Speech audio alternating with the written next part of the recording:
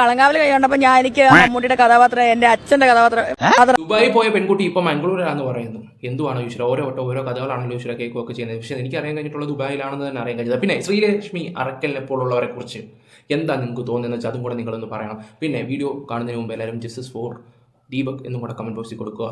Like ചെയ്യാത്തവരൊക്കെ ഒന്ന് like ചെയ്യുക. വീഡിയോയിലോട്ട് പോകാം. ദീപക് സംബന്ധമായിട്ടുള്ള കാര്യമാണ് സംസാരിക്കാൻ വന്നിരിക്കുന്നത്. അപ്പോൾ ഇന്ന് രാഹുൽ ഈശ്വർ ഈ പറയുന്ന ദീപകട്ടന്റെ വീട്ടിൽ വന്നിട്ടുണ്ടായിരുന്നു. ഇന്നലെ 1 ലക്ഷം രൂപ കൊടുക്കുമെന്നാണ് പറഞ്ഞത്. സത്യം പറഞ്ഞാൽ ഇപ്പോൾ ഈ വട്ടം കൊടുത്തത് 3 ലക്ഷത്തോളം രൂപയോളം കൊടുത്തിട്ടുണ്ട് അവർ. പിന്നെ അവരുടെ മെൻസ് അസോസിയേഷന്റെ കാര്യങ്ങളൊക്കെ സംസാരിക്കുകയൊക്കെ ചെയ്തിട്ടുണ്ടായിരുന്നു. പിന്നെ പ്രധാനപ്പെട്ട ഒരു കാര്യം, ഞാനൊരു പോസ്റ്റർ ഇവിടെ വെച്ചുതരാം. ഇന്ന് നമ്മുടെ നാട്ടിൽ നടക്കുന്ന കാര്യങ്ങളായിരുന്നു അന്ന് ഇവർ ഈ സിനിമയിലൂടെ പറയാൻ ശ്രമിച്ചത്.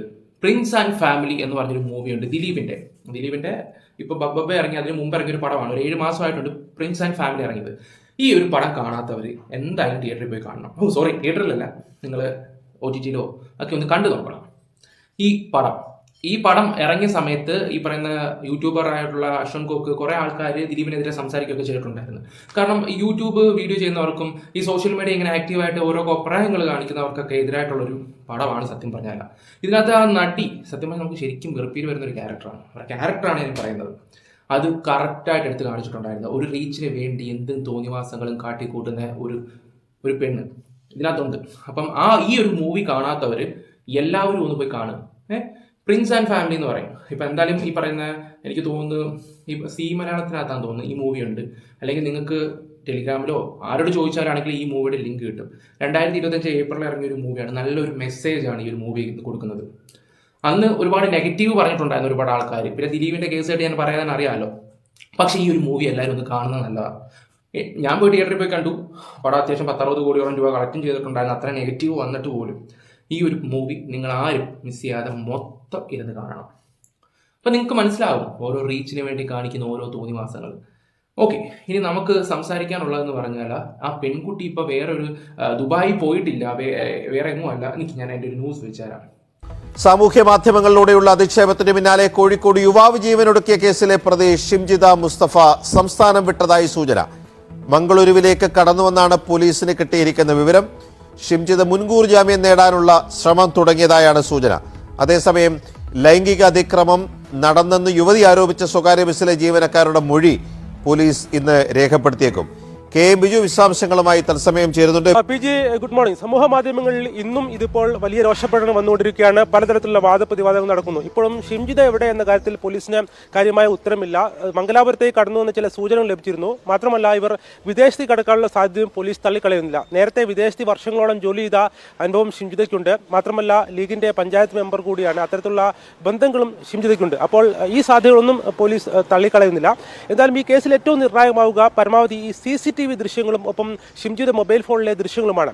ഏറെക്കുറെ 8 മിനിറ്റോളം ഈ ഷിംജിത മൊബൈലിൽ ഇത് റെക്കോർഡ് ചെയ്തു എന്നാണ് വിവരം. അതിലെ ചെറുതാക്കിയ ഭാഗമാണ്, എഡിറ്റ് ചെയ്ത ഭാഗമാണ് ഇൻസ്റ്റഗ്രാമിൽ പോസ്റ്റ് ചെയ്തത്. അപ്പോൾ എത്രയും പെട്ടെന്ന് ഈ ദൃശ്യങ്ങൾ വീണ്ടെടുക്കാനുള്ള ശ്രമമാണ് പോലീസ് നടത്തുന്നത്. പക്ഷേ ഈ ഫോൺ കസ്റ്റഡിയിലെടുക്കാൻ പോലീസിന് കഴിഞ്ഞിട്ടില്ല. ഷിംജിതയും ചോദ്യം ചെയ്യാൻ, ആത്മഹത്യാ പ്രേരണ കുറ്റം ചുമത്തിയ ശേഷം ഷിംജിയെ ചോദ്യം ചെയ്യാനും പോലീസിന് കഴിഞ്ഞിട്ടില്ല. അപ്പോൾ ഇവർ സംസ്ഥാനം വിട്ടു വിദേശത്തേക്ക് കടന്നു എന്ന സാധ്യതകളൊക്കെ ഇപ്പോൾ നിലനിൽക്കുക. അതോടൊപ്പം തന്നെ ഷിംജിത മുൻകൂർ ജാമ്യത്തിന് ശ്രമിക്കുന്ന വിവരങ്ങളും ഇപ്പോൾ പുറത്തു വന്നുകൊണ്ടിരിക്കുകയാണ്.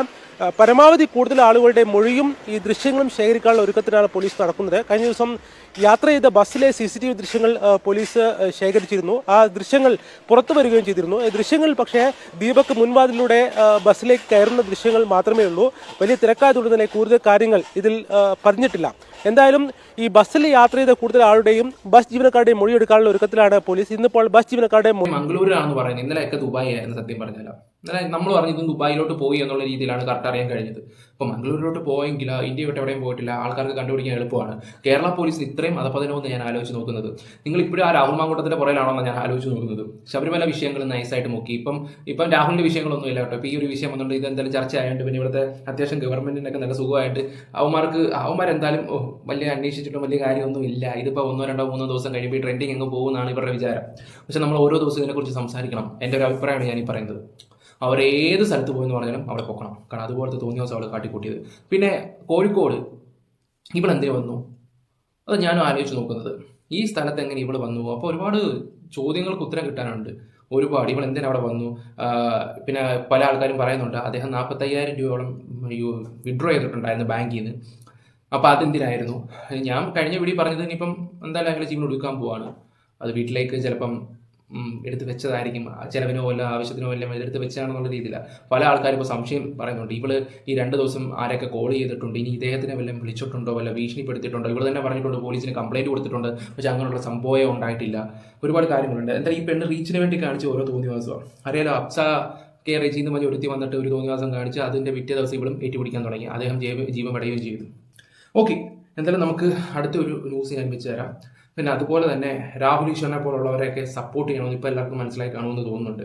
ഞാൻ ആ ഒരു വീഡിയോ ഒന്ന് വെച്ച് തരാം. രാഹുൽ സംസാരിക്കുന്നതിൻ്റെ ഒരു വീഡിയോ ഞാൻ നിങ്ങൾക്കൊന്ന് വെച്ച് തരാം. ശരി ഡാനി, ഇപ്പോൾ രാഹുൽ ഈശ്വർ ആത്മഹത്യ ചെയ്ത ദീപകിന്റെ കുടുംബത്തെ കണ്ടതിന് ശേഷം മാധ്യമങ്ങളെ കാണുന്നു.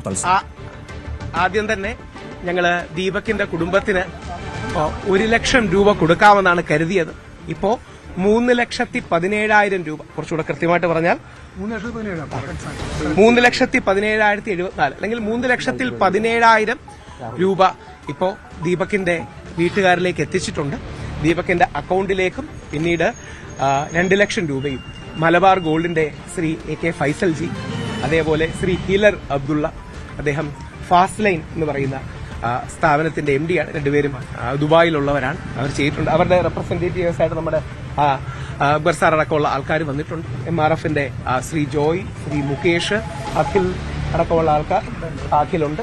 ഹോമീസ് എന്ന് പറയുന്ന ഒരു ആപ്പ്, ഈ അങ്ങനെ ഞങ്ങളൊരു പുരുഷന്മാരെ സപ്പോർട്ട് ചെയ്യാൻ ഹോമീസ് മൻ കി ബാത്ത് എന്നുള്ള ആപ്പ് അടക്കമുള്ള കാര്യങ്ങൾ കൊണ്ടുവരുന്നുണ്ട്.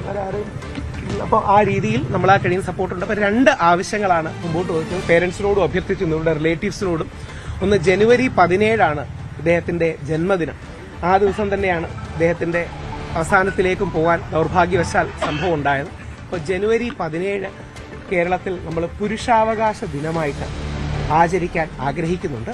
ദേശീയ തലത്തിൽ നമ്മൾ ഈ മെൻസ് ഫൗണ്ടേഷൻസുമായിട്ട് ബന്ധപ്പെട്ടും കൂടെ നമ്മൾ പറയുന്നുണ്ട്. കാര്യം ഒരു പുരുഷൻ അവന്റെ അവകാശങ്ങളിലും അവന്റെ ജീവിതത്തിലെ വേദന സംഭവിച്ച് നമ്മളിൽ നിന്ന് വിട്ടുപിരിഞ്ഞതാണ്. അതോടൊപ്പം ദീപകിന്റെ ഓർമ്മ നിലനിർത്താൻ, കാര്യം നമ്മളൊക്കെ ഈ ഒരാഴ്ചയോ 2 ആഴ്ചയോ ചിലപ്പോൾ 1 മാസമോ 2 മാസമോ കാണുന്നത്. ഇവരുടെ ജീവിതം അതിനുശേഷവും തുടർന്നു പോകണമല്ലോ. അപ്പോൾ ദീപകിന്റെ ഓർമ്മ നിലനിർത്താൻ, ദീപകിന്റെ സ്മരണാർത്ഥം 24 hours ലഭ്യമായ ഒരു ഹെൽപ്പ് ലൈൻ ഞങ്ങൾ അതിന്റെ വിഷയങ്ങൾ ഓൾറെഡി സംസാരിച്ചിട്ടുണ്ട്. ഒരാഴ്ചയ്ക്കുള്ളിൽ സെറ്റപ്പ് ചെയ്യും. 24 മണിക്കൂറും ഏതു പുരുഷനും വിളിച്ചാൽ കിട്ടാൻ സാധിക്കുന്ന mobile phone, land line number അല്ല, പലപ്പോഴും ലാൻഡ് ലൈൻ നമ്പർ ഗവൺമെന്റിൽ നിന്നും വർക്ക് ചെയ്യാറില്ല. പുരുഷന്മാർക്ക് ലഭിക്കാൻ കിട്ടുന്ന ഒരു നമ്പർ വാട്സപ്പ്, അതിൽ വിളിക്കുമ്പോൾ പുരുഷന്മാർക്ക് ആദ്യഘട്ടത്തിൽ തീർച്ചയായിട്ടും, അതായത് അവർ സംസാരിക്കുമ്പോൾ ഫ്രീ ആയിട്ട് അവരെ ഒരു ലോയറുടെ അടുത്തേക്ക്, ഒരു ഡോക്ടറുടെ അടുത്തേക്ക്, അല്ലെങ്കിൽ ലൈഫ് കോച്ചും ലീഗൽ കോച്ചിലേക്കും സപ്പോർട്ട് ചെയ്യാനുള്ളൊരു മിഷൻ മെൻസ് കമ്മീഷന്റെ ഭാഗത്തു നിന്നുള്ളൊരു എഫേർട്ടുണ്ട്. അതിന് വ്യത്യസ്ത സംഘടനകളോട്, MRF അടക്കമുള്ള സംഘടനകളോട് സഹകരിച്ച് നമ്മൾ പോകുന്നുണ്ട്. അതോടൊപ്പം ഇമ്പോർട്ടന്റ് ആയി നേരത്തെ ഇവിടുത്തെ രാഷ്ട്രീയ ഒരു കാര്യം തന്നെയാണ്. ഇപ്പം നമ്മൾ തന്നെ രാഹുൽ ഈശ്വർ അവിടെ ചെന്ന് 1 ലക്ഷം രൂപ കൊടുക്കുമെന്നാണ് പറഞ്ഞത്. പക്ഷേ ഇപ്പം 3,17,000 രൂപ കൊടുക്കുകയും ചെയ്തു. പിന്നെ അതുപോലെ തന്നെ ഓരോ ആൾക്കാർ സ്പോൺസറും കാര്യങ്ങളും ഒക്കെ ചെയ്യുന്നുണ്ട്, പൈസയും കാര്യങ്ങളൊക്കെ. ആ ഒരു കുടുംബത്തിന് അത് ആവശ്യമാണ്. സത്യം പറഞ്ഞാൽ ഞാൻ എപ്പോഴും എൻ്റെ സബ്സ്ക്രൈബേഴ്സിനോട് ചോദിച്ചിട്ടുണ്ടായിരുന്നു, നിങ്ങൾക്ക് ആർക്കെങ്കിലും താല്പര്യം ഉണ്ടെങ്കിൽ ഞാൻ അക്കൗണ്ട് ഡീറ്റെയിൽ വേണമെങ്കിൽ എൻ്റെ ഇത് വെക്കാം. അപ്പോൾ കഴിഞ്ഞ വീഡിയോയുടെ കമൻസ് ഒന്നും എനിക്ക് നോക്കാനൊന്നും പറ്റിയിട്ടൊന്നുമില്ലായിരുന്നു. ഞാനതൊന്നും കൂടെ ചെക്ക് ചെയ്തിട്ട് ഞാൻ നിങ്ങളോട് പറയാം. അതിൽ ആരെങ്കിലും താല്പര്യം പ്രകടിപ്പിച്ചിട്ടുണ്ടെങ്കിൽ ഇവരുടെ കയ്യിൽ നിന്ന് നമുക്ക് ഇത് മേടിച്ചിട്ട് നമ്മുടെ ഇതും വെക്കാം. അവരുടെ ഫാമിലിയിലോട്ട് പോകുന്ന കറക്റ്റ് ഡീറ്റെയിലും കാര്യങ്ങളും നമുക്ക് വെച്ച് തരാം. ഓക്കെ. പിന്നെ അതുപോലെ തന്നെ മെൻസ് അസോസിയേഷൻ അത് നന്നായി തന്നെ പറയാം. ഇപ്പോൾ 24/7 ഒരു ഹെൽപ്പ് ലൈനൊക്കെ സെറ്റ് ചെയ്യാന്ന് പറഞ്ഞാൽ നല്ലൊരു കാര്യം തന്നെയാണ്. കാരണം എന്ന് വെച്ചാൽ ഒരുപാട് ഇപ്പോൾ ആണുങ്ങൾ പെട്ടുപോകുന്ന ഒരു സ്ഥിതി വന്നുകൊണ്ടിരിക്കുക. ഒരുപാട് കാര്യത്തിലാണെങ്കിൽ പോലും ഇപ്പോൾ പെണ്ണുങ്ങൾ ഇങ്ങോട്ട് അത് എന്നെ പീഡിപ്പിച്ചു എന്ന് പറയുമ്പോൾ തീർന്നു. പരസ്പര സമ്മതത്തോടെ എന്തെങ്കിലും ചെയ്താൽ പോലും അത് വേറെ രീതിയിലായി പോകുന്ന ഒരു അവസ്ഥയാണ് ഇപ്പം. അങ്ങനെയാണ് ഇപ്പോൾ നടന്നുകൊണ്ടിരിക്കുന്നത്. സത്യം പറഞ്ഞാൽ ഇപ്പോൾ ആ പാവം പിടിച്ച അവൻ്റെ അവസ്ഥ ഒന്ന് ആലോചിച്ചേ, ആ കുടുംബത്തിൻ്റെ അവസ്ഥ ഒന്ന് ആലോചിച്ച് നോക്കി. 8 മിനിറ്റിൻ്റെ വീഡിയോ എടുത്ത് വെച്ചിട്ട് അതിൻ്റെ മുക്കും മൂലയും മാത്രം എടുത്ത് വെച്ചിട്ട് ആൾക്കാരെ തെറ്റിദ്ധരിക്കുന്ന രീതിയിൽ ഓരോ കാര്യങ്ങൾ കാട്ടിക്കൂട്ടി ഒരുത്തൻ്റെ ജീവിതമാണ് തുടങ്ങി പോയത്. അവളിപ്പോൾ ദുബായിലല്ല, അവളെ ആരാണ് ഈ പ്രൊട്ടക്ട് ചെയ്യുന്നത് ഞാൻ ആലോചിക്കുന്നത്. ഞാനൊന്ന് ചോദിച്ചോട്ടെ, അവൾ ഇരുന്ന് കഴിക്കുന്ന ആഹാരം ഇറങ്ങും, നിങ്ങൾ തന്നെ പറ, കുടിക്കുന്ന വെള്ളം നാളെ കണ്ടോ? ഇവളൊക്കെ ഈ ചോരയായിട്ടായിരിക്കും ഛർദ്ദിക്കുന്നതൊക്കെ, ചോരയായിട്ട്. കാരണം അത്രയ്ക്ക് പ്രാക്കുണ്ട് ഓരോ വ്യക്തികളെയാണെങ്കിൽ പോലും. ആ അമ്മയുടെ അച്ഛൻ്റെയും ആ കൂട്ടുകാരൻ്റെയും കരച്ചിലും കാര്യങ്ങളൊന്നും ഒരു മനുഷ്യന് പറഞ്ഞ് മനസ്സിലാകത്തില്ല. ഈ പെണ്ണെന്ന് പറഞ്ഞ ചില വർഗ്ഗങ്ങൾ ഉള്ളത് പറയല്ലോ, ചില അവൾമാരാണെങ്കിൽ ബാക്കിയുള്ളതിനെ അതും ചിലതൊക്കെ കണ്ണീര് കാണിച്ച് ഒലിപ്പിച്ച് എന്താ പറയുക ചതിക്കുന്ന ചില ആൾക്കാരുണ്ട്. എന്തിന്? സ്വന്തം പെറ്റ അമ്മയാണെങ്കിലും പറ്റിച്ച് നടക്കുന്ന കുറേ അവൾമാരുണ്ട്, പെറ്റ അമ്മയാണെങ്കിൽ പോലും. പക്ഷെ എന്നാലും തൻകുഞ്ഞ് പൊൻകുഞ്ഞെന്ന് പറയുന്ന പോലെ തന്നെ ഓക്കെ എൻ്റെ മോളാന്ന് പറഞ്ഞ് ചേർത്ത് പിടിക്കുകയും ചെയ്യും. അങ്ങനെ ചേർത്ത് പിടിക്കുമ്പോൾ കുഴപ്പം എന്താണെന്ന് പറഞ്ഞാൽ നാളെ അവസരം കഴുത്തറക്കാൻ ഒരു അവസരം കിട്ടിക്കഴിഞ്ഞാൽ ചിലപ്പോൾ അതും ചെയ്യും. അങ്ങനെയാണ് നമ്മളെ എടുത്ത് ദ്രോഹിച്ചുകൊണ്ടിരിക്കുന്ന ഒരു വ്യക്തിയെ നമ്മൾ പിന്നെ സ്നേഹത്തോടെ തിരിച്ച് കൊണ്ടുവരാൻ ശ്രമിച്ചുകൊണ്ടിരിക്കുമ്പോൾ ആ വ്യക്തി ഓക്കെ സ്നേഹം മാത്രമേ ഇവരെ തന്നെ സ്നേഹിക്കും, എത്ര വെറുപ്പ് പറഞ്ഞാൽ നമുക്ക് ഒട്ടും വില ഉണ്ടാകത്തില്ല. കാരണം പല കാര്യങ്ങളും പലവരുടെ ഇതും കണ്ട് മനസ്സിലാക്കിയാണ് ഞാൻ ഈ സംസാരിക്കുകയൊക്കെ ചെയ്യുന്നത്. ഓക്കെ, കുറച്ച് റീച്ചും അതിനും ഒക്കെ വേണ്ടി കാണിക്കുന്ന ഓരോ തോന്നിവാസങ്ങളല്ല എന്തോ പറയാന്ന് വെച്ചാൽ ബാക്കി കൂടെ വെക്കാം. അടക്കമുള്ള ആൾക്കാർ പറഞ്ഞത്, നിങ്ങൾ ഈ വീട്ടിൽ വരുന്നത് പോലെ തന്നെ ഈ പെൺകുട്ടിയുടെ വീട് അന്വേഷിച്ചെത്താൻ നിങ്ങൾക്ക് ഒരു ബുദ്ധിമുട്ടുമില്ല. അപ്പൊ ആ പെൺകുട്ടിയുടെ കൂടെ കാര്യങ്ങൾ കണ്ടുപിടിക്കണം. തൽക്കാലം അവർ അബ്സ്കോണ്ടിങ് ആണെന്നാണ് മനസ്സിലാക്കുന്നത്. പോലീസ് ഇതുവരെ അറസ്റ്റ് ചെയ്തിട്ടില്ല. ഒരു കാര്യം കൂടെ, ആ പെൺകുട്ടിയോടും ആർക്കും പ്രതികാരമല്ല ഉള്ളത്, പക്ഷെ നീതിയാണ് വേണ്ടത്. ഇപ്പം ചിലപ്പോൾ സോഷ്യൽ മീഡിയ പോസ്റ്റിൽ ചില ആൾക്കാരൊക്കെ വളരെ മോശം കമന്റുകൾ ആ പെൺകുട്ടിക്കെതിരെ ഇടുന്നത് പറ്റും കണ്ടു. അതിനോടൊന്നും ആരും യോജിക്കുന്നില്ല. കാര്യം പ്രതികാരമല്ല നീതി, പക്ഷേ ദീപകിന് നീതി കിട്ടണം, ദീപകിന്റെ കുടുംബത്തിന് നീതി കിട്ടണം.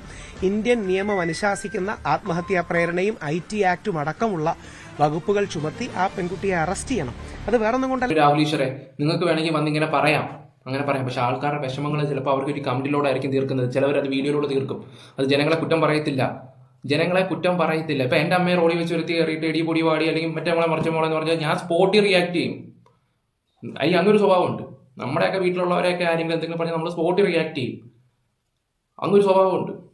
ഇതുപോലെ തന്നെയാണ് ചില ഇത്രയും വലിയ ലോകം മൊത്തം ഈ ഒരു വിഷയം ചർച്ച ചെയ്തുകൊണ്ടിരിക്കുകയാണ്. ഒരുത്തി കാണിച്ച് തോന്നിയ അവരുടെ വിഷമമാണ് ചിലപ്പോൾ കമന്റ് ഇട്ട് തീർക്കുന്നത്. പറഞ്ഞാൽ മനസ്സിലായോ? അതിന് ഈ ഒരു കാര്യത്തിനോട് എനിക്ക് വലിയ യോജിപ്പും കാര്യങ്ങളൊന്നുമില്ല. പിന്നെ കണ്ടെത്തണം, അനുഭവിക്കണം. അവരുടെ ജീവിതം എന്താന്ന് പഠിക്കണം. അവർ റീലില്ല, മേക്കപ്പ് ഇല്ല, എല്ലാം ഈ പുട്ടിയൊക്കെ ഇട്ട് നടന്ന് സ്ലോ മോഷനിൽ നടക്കുന്നതൊക്കെ ഞാൻ സൈഡിൽ വെച്ച് തരാം. സ്ലോ മോഷനിലൊക്കെ നടക്കുന്നതൊക്കെ നീയൊക്കെ ജയിലിൽ കിടക്കുമ്പോഴും നിനക്ക് ഇതൊക്കെ ഉണ്ടാവുകയൊക്കെ ചെയ്യണം. ഇനി ഇതുപോലൊരു ആണിനൊരു അവസ്ഥ ഉണ്ടാവാൻ പാടില്ല. പിന്നെ അതുപോലെ തന്നെ എനിക്ക് ശ്രീലക്ഷ്മി അറക്കലിനെ കുറിച്ചും കൂടെ ഒന്ന് പറയണം. ഞാൻ അവിടെ ഒരു വീഡിയോ വെച്ച് തരാം. കളങ്കാവിൽ കൈകൊണ്ടപ്പോൾ എനിക്ക് മമ്മൂട്ടിയുടെ കഥാപാത്രം, എന്റെ അച്ഛന്റെ കഥാപാത്രം അങ്ങനെയാണ്. എന്റെ ഫാദർ കുറെ ഇങ്ങനെ വൾണറബിൾ ആയിട്ടുള്ള പെൺപിള്ളേരെ കണ്ടുപിടിക്കുകയും അവരെ പോയി വീട്ടിൽ പോയി ഇങ്ങനെ ഫേക്ക് ആയിട്ട് പേരുകളൊക്കെ പറഞ്ഞ് കല്യാണം കഴിക്കുകയും ചെയ്ത ഒരാളാണ്. അങ്ങനെ ഒരു മാരേജിലുണ്ടായ ഒരാളാണ് ഞാൻ. അപ്പോൾ എനിക്ക് മമ്മൂട്ടിയുടെ കഥാപാത്രം എന്ന് പറഞ്ഞാൽ എന്റെ ഫാദറിന്റെ ഈ ഒരു വീഡിയോ വെച്ച് തന്നെ എന്തിനാന്ന് വെച്ചാൽ സ്വന്തം തന്ത ഏതാന്ന് പോലും അറിയാത്ത ഒരുത്തിയാണ് ഇവള്. സ്വന്തം തന്ത ഏതാന്ന് പോലും അറിയാത്തത്.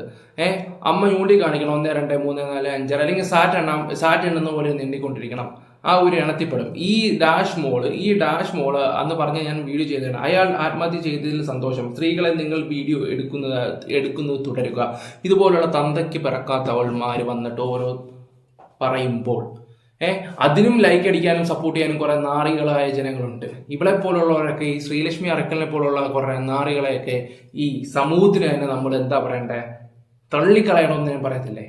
കാരണം ഒരു മരണത്തെ പോലും സന്തോഷിക്കുന്ന ഇവളെ പോലുള്ളവർക്ക്. കാരണം എന്തുകൊണ്ടാണ് സ്വന്തം തന്ത ഏതാ തള്ള ഏതാ അവർക്കുള്ള വാല്യൂ എന്താ അതുപോലും അറിയാത്ത ഇവളെ പോലുള്ളവർക്കൊന്നും സപ്പോർട്ടും ചെയ്യരുത്. അതും കൂടെ എനിക്കൊന്നും ഈ വീഡിയോയുടെ കൂടെ പറയണമെന്ന് തോന്നി. നിങ്ങളുടെ അഭിപ്രായങ്ങൾ എന്തായാലും കമന്റ് ബോക്സിൽ രേഖപ്പെടുത്തുക. വീഡിയോസ് ഇഷ്ടപ്പെടുകയാണെങ്കിൽ ലൈക്ക് ഷെയർ സബ്സ്ക്രൈബ് ചെയ്യുക. Bye, love you all.